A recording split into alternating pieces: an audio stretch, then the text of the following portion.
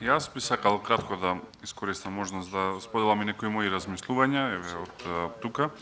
Прво би сакал да се заблагодарам на двајцата амбасадори кои што се обратија и да ги поддржам приоритетите на француското председателство. Особено би сакал две работи да истакнам. Прво, силниот фокус на владењето на правото и на борбата со корупцијата. Мислам дека се работи за насушна потреба на нас како држава и на регион, без разлика на статусот кој што го има државата или ќе го има во следниот период. Тоа е нешто кое што е рак рана на целокупното општество. Државата за жал скапува во корупција од најниско до највисоко и тука наистина еден силен фокус е потребен кој што не го гледаме во моментов. Второ, мислам дека е добро што француското председателство реши да излезе и надвор од главниот град. Тоа е многу значајно. Потребна ни е таа енергија да и останатите делови од државата бидат вклучени во политичките и евроинтегративни процеси на Македонија. Мене лично, например, многу ми смета една тенденција која што трае подолг временски период на создавање еден град држава, односно на концентрирањето на сите активности во главниот град.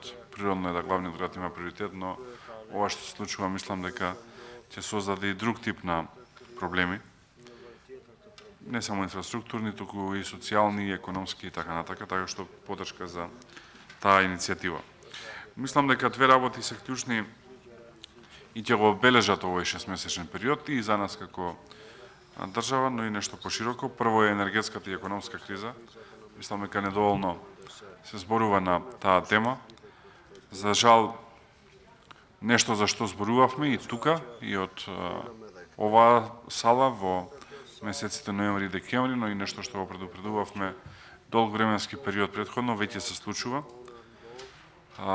Гледаме дека порасна цената на електричната енергија и на топлинската енергија за граѓаните, но за мене многу позагрижувачки, драстично порасна за компаниите и за институциите, односно за сите оние кои што не се на така наречениот регулиран пазар. И тука навистина бројките се застрашувачки. Има компании кои што плаќаат по 4 до 5 пати повисока цена на електрична енергија, не само од јануари, туку некаде од октомври месец. И може да се соочиме со ситуација на масовни отпуштања на работени затоа што компаниите не можат да го издржат тоа, како и сериозна криза во институциите. Вчера, например, бев во посета на општина Велес, каде што сметките за електрична енергија на општината веќе се за 5 пати повисоки од тоа што биле претходно. И практично општината е соочена ситуација да целокупниот буџет за оваа година, доколку останат овие цени, го потрошат само на плаќање на електрична енергија и да не можат ништо да реализираат од сопствената програма. И иста е состојбата во сите останати општини и во институциите во државата, но, повторувам, за мене многу позагрижувачки во компаниите. Тука се потребни краткорочни чекори, брзи чекори. Се надевам дека ќе има малце релаксација и од страна на глобалниот пазар. Пратиме со интерес дебатата која што се одвива во рамки на Европската унија по однос на прогласувањето за зелена енергија или за транзиторна зелена енергија на гасот и на нуклеарната енергија. Се надеваме дека доколку има договор, тоа ќе ги релаксира малце цените на европскиот пазар, имајќи предвид дека Македонија има потреба од увоз.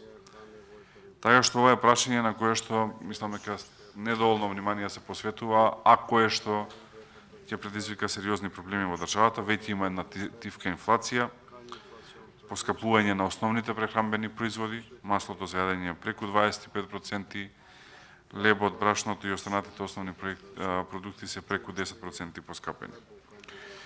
И последната работа за која што сакам да спомнам неколку збора, се односите со Бугарија. Жал ми е што подпредседателот на владата Никола Димитров замина и не е тука.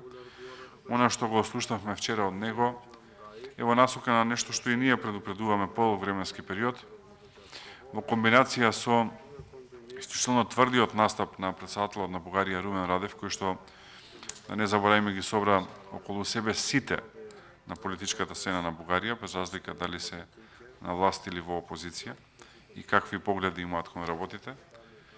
За жал, кај мене не дава оптимизам и мислам дека тука треба да сме реални и искрени кон граѓаните, затоа што отстапување од тоа што го изгласавме ние како пратеници овдека во собранието во однос на заедничката позиција на Македонското собрание, која што беше поддржана од сите политички партии, мислам дека е нешто што никој не може да прифати. И во таа насока повеќе почит е потребна од страна на Бугарија, но исто така јас би бил порезервиран кога би го комуницирал ова со јавноста, затоа што премногу разочарување имаше во изминатиот период. 4 години имаме ветувања, не овој јуни, следниот декември, не декември, март. Сеќавате како беше и сега.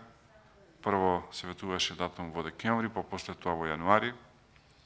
Иако сите бевме свесни дека тоа и технички е невозможно, така што мислам дека тука треба да сме порезервирани во однос на ветувањата кон граѓаните, подобро да се случи па да има позитивно изненадување, отколку повторно да се стават рокови, кои што рокови повторно ќе донесат разочарување. Тоа би било накратко од моја страна.